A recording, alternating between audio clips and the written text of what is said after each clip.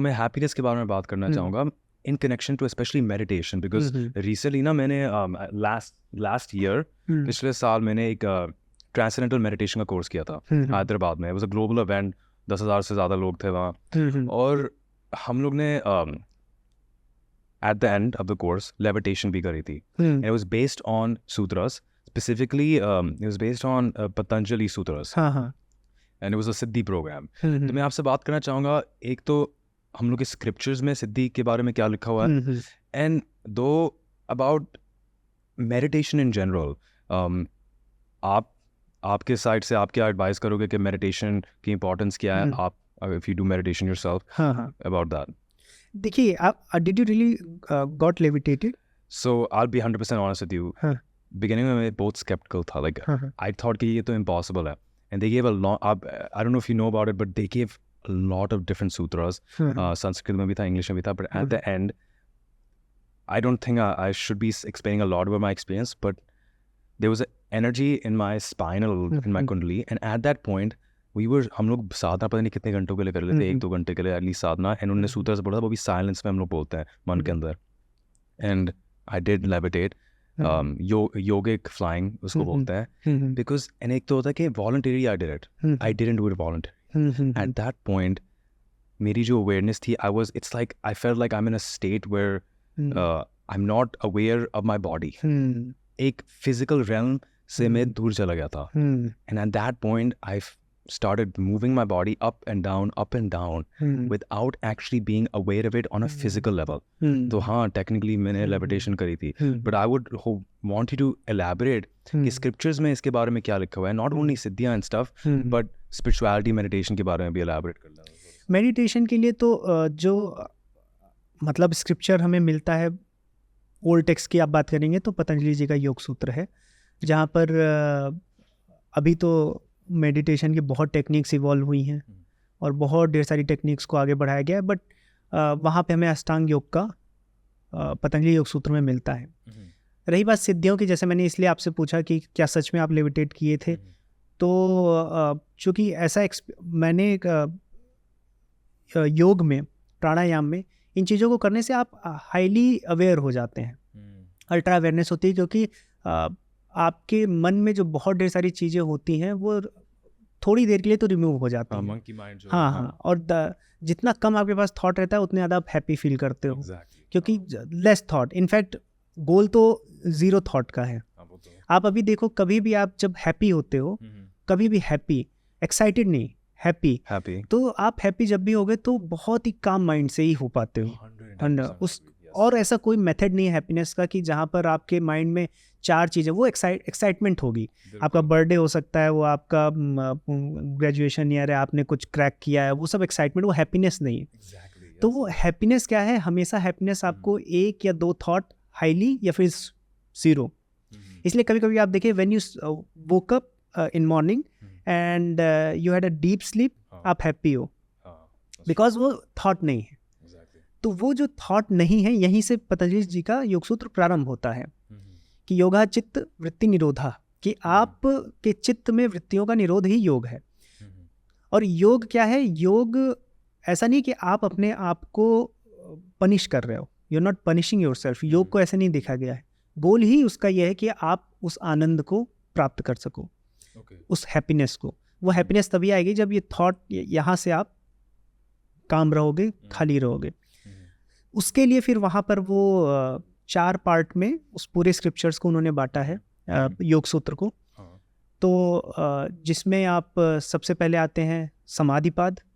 तो उसमें आपको वो समझाते हैं कि ये समाधियाँ, मेडिटेशन होता क्या है, तो उसको वो डिफाइन करते हैं. फिर साधन पाद आता है, उसमें वो बताते हैं कि क्या इंस्ट्रूमेंट्स आपको लगेंगे, इक्विपमेंट क्या लगेंगे, क्या प्रोसेस लगेगा उसको रियलाइज़ करने में, जो फर्स्ट पार्ट में उन्होंने बताया है.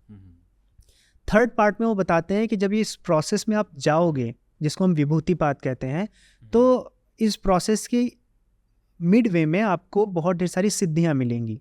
जैसे कि आपने ये लेविटेशन की बात की, माइंड रीडिंग की बात की, या फिर हम उसमें कहते हैं कि आउट ऑफ बॉडी एक्सपीरियंस हुआ, या फिर हम उसमें बोलते हैं कि पूरा यूनिवर्सल कॉन्शियसनेस से आपका पैरेलल हो जाना। तो ये उसमें उन्होंने लिस्ट किया है और उसमें छोटी से लेकर बड़ी उन्होंने 30-40 सिद्धियाँ लिस्ट की हैं।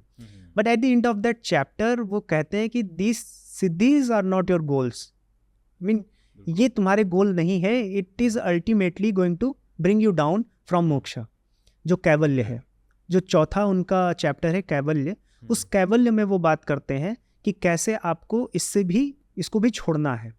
अब क्या होता है कि मोस्ट ऑफ द टीचर्स और मोस्ट ऑफ द योग जो पढ़ाते हैं practitioners, they only teach you first second, they will skip the third and they will move on to fourth. क्यों स्किप करते हैं third? Mostly because today superstitious ये लगता है, that is why people don't want to teach it. अब क्या है कि you are believing someone on someone's work, you are teaching first second and fourth but you are not teaching third. I mean it shows कि आप पूरी तरह से उन पर बिलीव नहीं कर रहे हो। इट मीन्स कि आप, और वो उसमें ऐसा नहीं है कि जस्ट ही इज़ स्टेटिंग, वो उसमें प्रॉपर रीज़न भी दे रहे हैं। उसके पहले उन्होंने संयम सिखाया है कि व्हाट इज़ संयम, धारणा, ध्यान, समाधि। उन्होंने बोला है कि any object you want to master, आपको उस पर धारणा करना है, ध्यान करना है और समाधि करना है। धारणा मतलब आपको ऑब्जेक्ट आइडेंटिफाई करना है और उस पर मेडिटेशन स्टार्ट करना है। ध्यान मीन्स उसकी टाइमिंग को ग्रो करना है। आई मीन कि अगर मैं इस ग्लास पर मेडिटेट करने लगूं तो इस ग्लास पर मेडिटेशन मैंने फोकस किया, बट मेरे फोकस और अभ्यास से ऐसा होने लगे, प्रैक्टिस से, कि मैं 1 घंटे इस पर फोकस कर पाऊँ, 2 घंटे कर पाऊँ, धीरे धीरे इसको बढ़ा पाऊँ। देन व्हाट हैपेंस, जो थर्ड स्टेज है उस पर वो बताते हैं कि किसी भी ऑब्जेक्ट का 3 चीज़ें होती हैं। उस ऑब्जेक्ट का शब्द, अर्थ और ज्ञान, ये 3 चीज़ें होती हैं। जैसे कि मान लीजिए मैंने बोला ये ग्लास है, हाँ, तो ये इसका साउंड है ग्लास, बट चूंकि हम बचपन से सुनते आ रहे हैं कि this is glass, that is why we have associated this object with this sound glass. तो glass is the word. Now it also has artha and ज्ञान।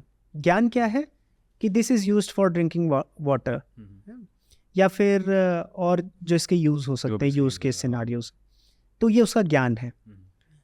और इसका अर्थ जो है, जो मैंने बताया कि आपने एसोसिएट किया है ऑब्जेक्ट से, तो वो बोलते हैं जो थर्ड स्टेज होती है संयम की, उसमें ज्ञान और शब्द वो नहीं रहता। मतलब यू डोंट रिमेंबर कि what it is called, you don't remember कि what it is used for, but you only remember what it is. Yes, ये होती है संयम, samadhi stage. And at that moment there comes a ritambhara prajna. Ritambhara prajna means कि there are 2 kind of knowledges, one is relative, one is absolute. तो everything that we are perceiving here is relative, और हर चीज़ relative है, एक relative sense में ही है।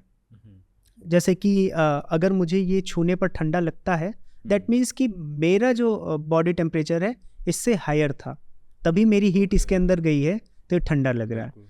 But आपका body temperature इससे कम होता तो आपको हॉट लगता। तो इस everything is relative. In fact I mean इस वर्ड में, इस फिजिकल रियलिटी में जो हो रहा है सब रिलेटिव है। तो this is relative knowledge, this is the goal of science, this is not the goal of spirituality. Spirituality का गोल है एब्सोल्यूट नॉलेज, जिसको हम ऋतंभरा प्रज्ञा कहते हैं। So when you reach the third stage, that relative knowledge of this glass, it fades away. You know the absolute knowledge. So when you know the absolute knowledge, तो इस glass से related जितनी भी चीज़ें या इसका जो संपूर्ण ज्ञान है वो आपको हो जाता है। आप इसको बहुत ये सुपरस्टिशियस लगता है, लेकिन इसको आप ऐसे सोचिए कि Einstein he always believed in thinking about stuff, thought experiments. He never went to lab or something. He always did thought experiments. He did. I mean, to justify his thought experiment, he did experiments. But उनका क्या था कि वो thought पे ज़्यादा ध्यान देते थे. You must have heard about Ramanujan. He used to think. तो ये जो थॉट प्रोसेस है, जो संयम है, ये डेफिनेटली वर्क करता है. आपकी कितनी भी बड़ी से बड़ी प्रॉब्लम हो, कितनी सी बड़ी रिडल हो, पजल हो, when you sit with it and you give total focus. The knowledge emerges within yourself. ये कहीं बाहर नहीं है. It is not somewhere out there. You need to go there and you need to, uncover. ये आपके अंदर ही है knowledge. So that Yoga Sutra says कि सारी knowledge आपके अंदर है. उसका स्टेप है अष्टांग योग का, यम नियम आसन प्राणायाम प्रत्याहार धारणा ध्यान समाधि. तो धारणा ध्यान समाधि आपका फाइनल स्टेज है. ये प्योर मतलब ये एक लॉजिकल वे में पुट किया गया है. इट इज़ नॉट लाइक कि one day Patanjali sat and decided कि okay today I will do all the superstition and ये उन्होंने. और आपको ऐसा ही भगवान बुद्ध के मार्ग में जो अष्टांगिक मार्ग है, it is a reflection of अष्टांग योग. ओके. तो उधर भी parallel it has worked for people, तभी दूसरों ने उसको उठाया, मतलब सच माना है.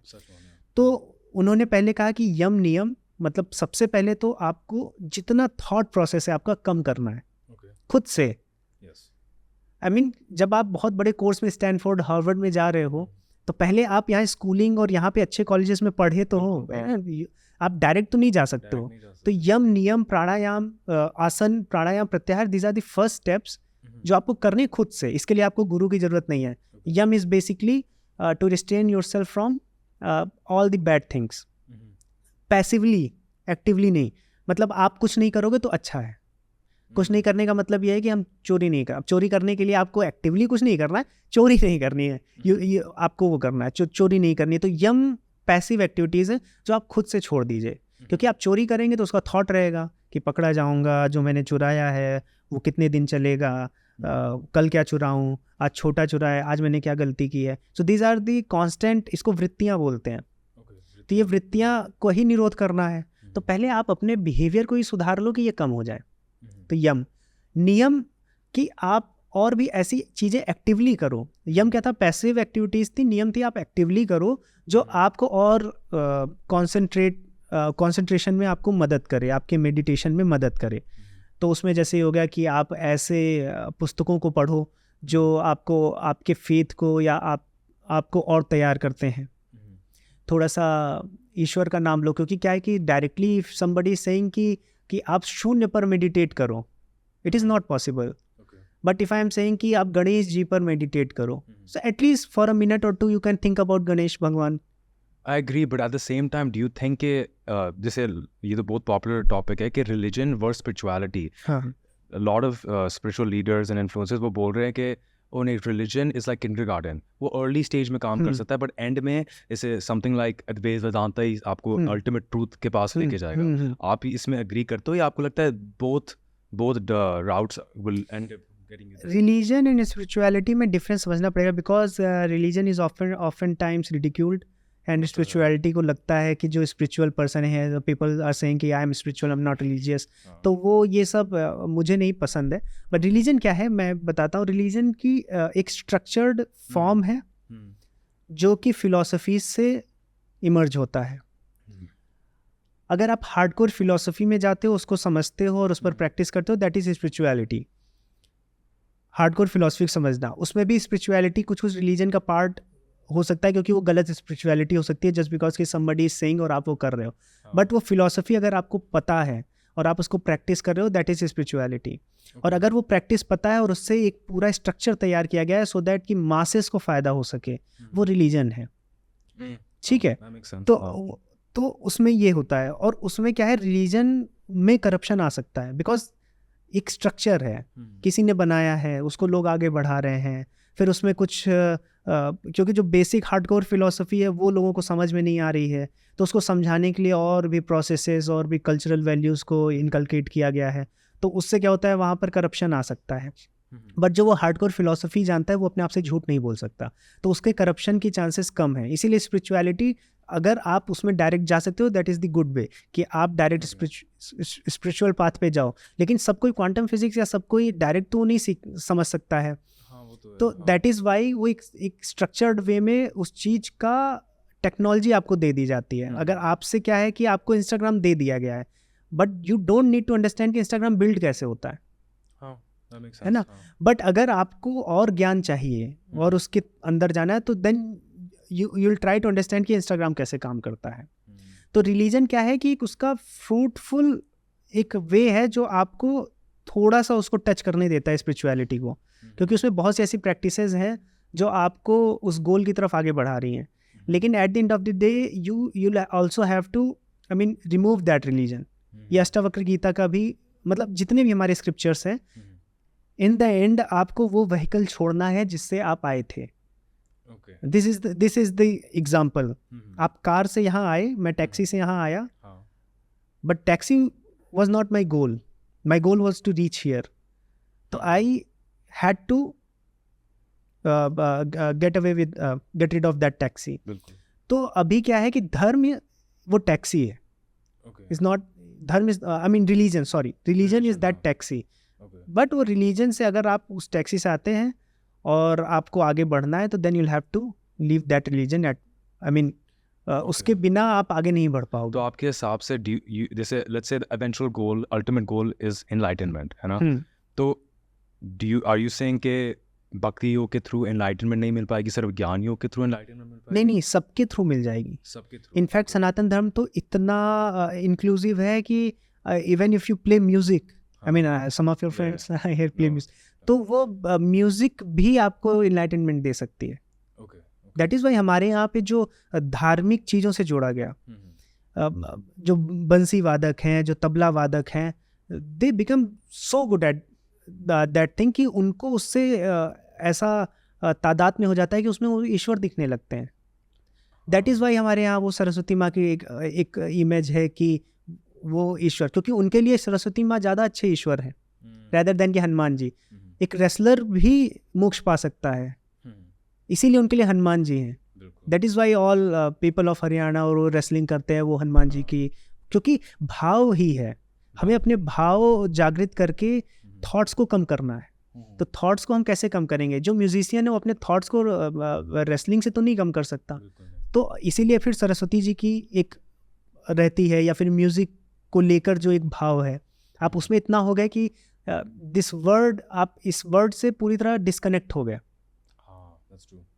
तो वो इस अब जैसे आप ये रिसेंटली सुने होंगे, बहुत से क्रिकेटर्स हैं जो बहुत हार्ड फॉट, जिनको विन मिलती है।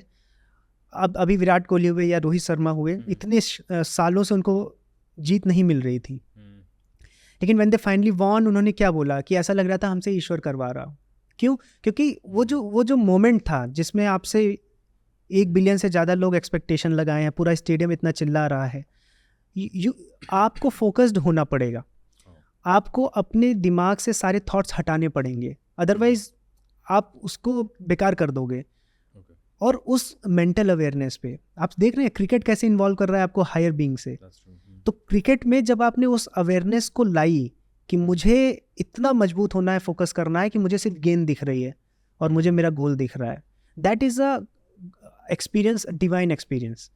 तो केवल ये कहना कि केवल भक्ति योग से या फिर केवल ज्ञान योग से ही मिलेगा, ऐसा नहीं है। In fact cricket, in fact whatever you are doing, आप उसमें इतना तल्लीन हैं कि आप उस अल्ट्रा अवेयरनेस को पा रहे हैं।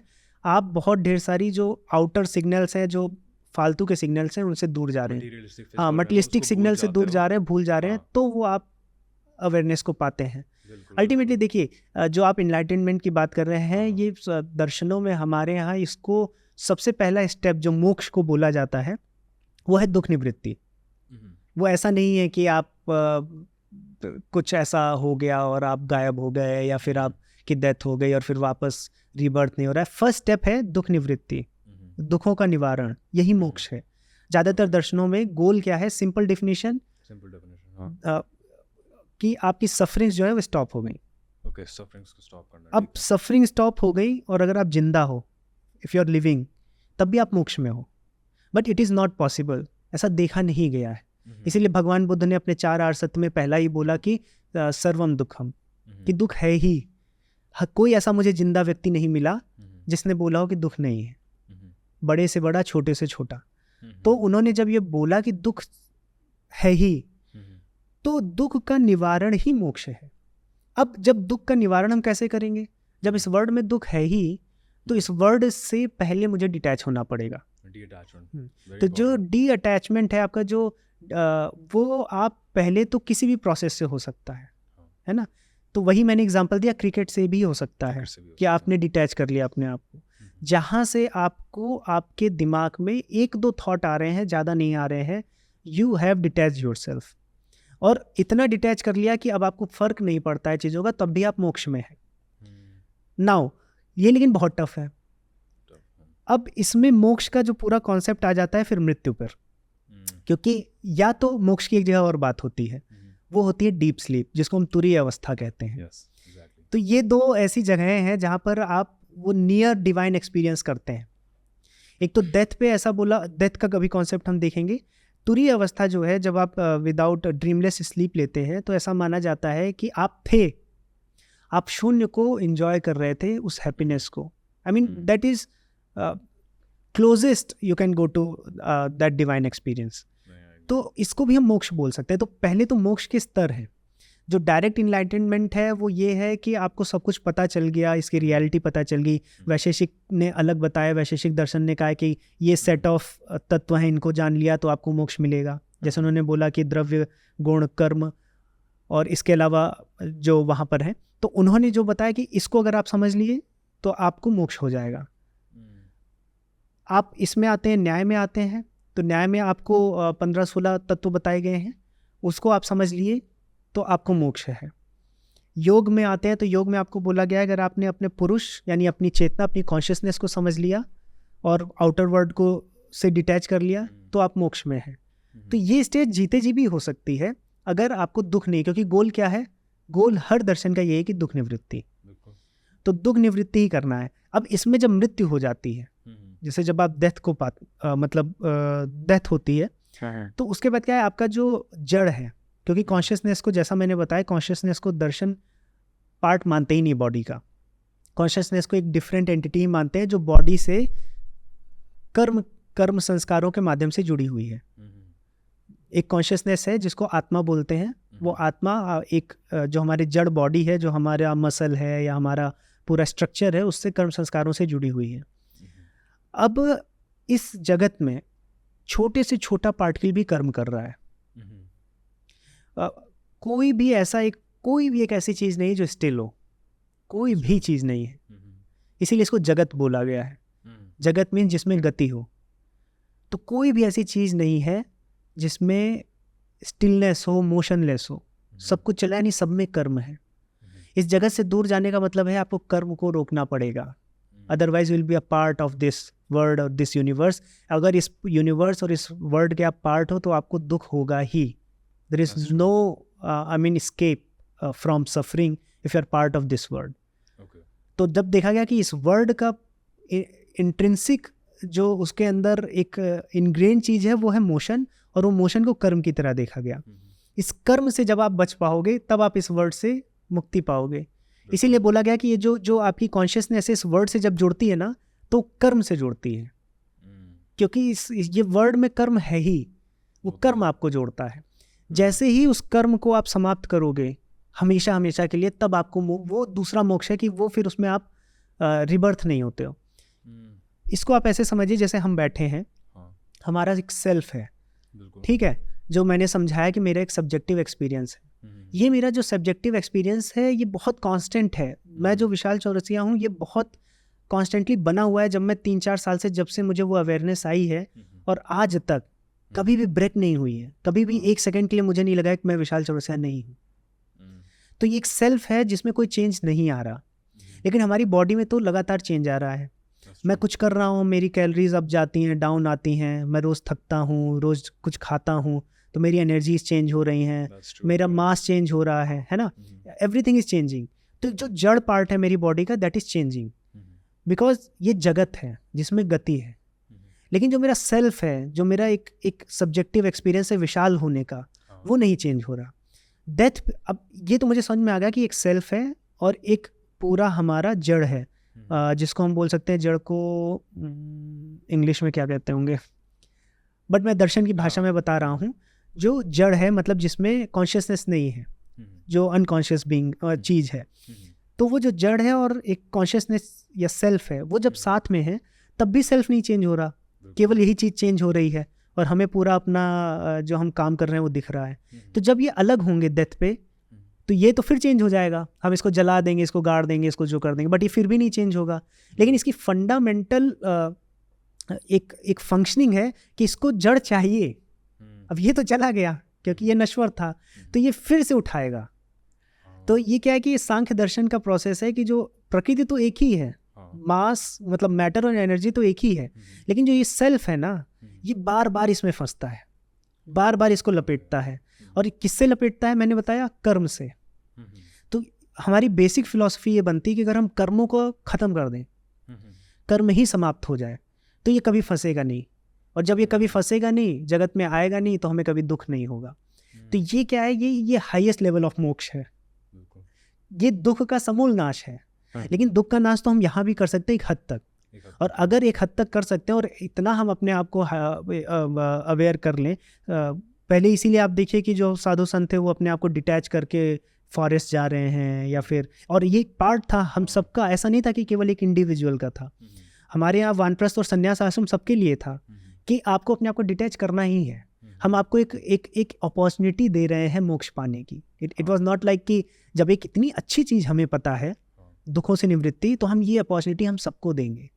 और वो लास्ट के 25 ईयर्स हम आपको ये अपॉर्चुनिटी, आज ये अपॉर्चुनिटी थोड़ी देखा है। आज तो ये देखा जाता है कि घिसी पिटी या एक ऐसी चीज़ है कि कोई इसको नहीं मानेगा। बट उस समय ये इतनी प्रीशियस चीज़ मानी जा रही है, जो कि आज भी प्रीशियस है, बट हमें नहीं पता है। उस समय सबको अपॉर्चुनिटी दी जा रही है कि आप अपने आप को डिटैच करके समाज से जितना ज़्यादा से ज़्यादा समय आप अपने साथ बिताएं, कम से कम थॉट के साथ, उतना आपकी दुख निवृत्ति होगी। और चूँकि हमारे स्क्रिप्चर्स में ये माना गया है कि जैसी मृत्यु के समय आपके कर्म होते हैं, उसी तरह से नया सेल्फ फिर उन कर्मों से, उन मैटर और एनर्जी से जुड़ता है। इसलिए आप मरते समय बहुत ज़्यादा इनलाइटेंड या बहुत ज़्यादा ज्ञानी की तरह मरे, जिससे जब नेक्स्ट टाइम आप मैटर और एनर्जी से मिलें तो ऑलरेडी ये जो पूरा नॉलेज है ये आपके साथ रहे और फिर उससे ऊपर आप उठें।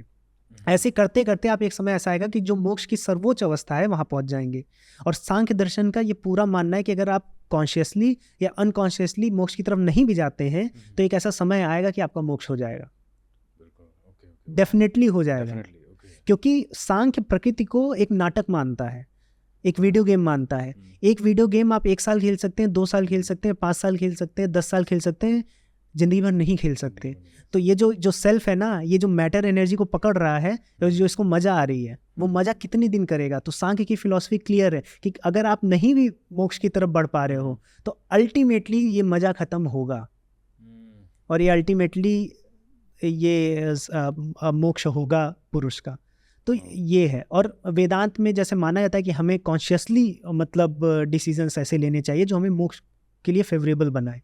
बट सांख्य का अपना यह है कि आप करो जितना डिटैच कर सकते हो। योग में सांख्य और योग साथ चलते हैं, लेकिन अल्टीमेटली अगर आप नहीं भी करोगे तो every being is evolving for better.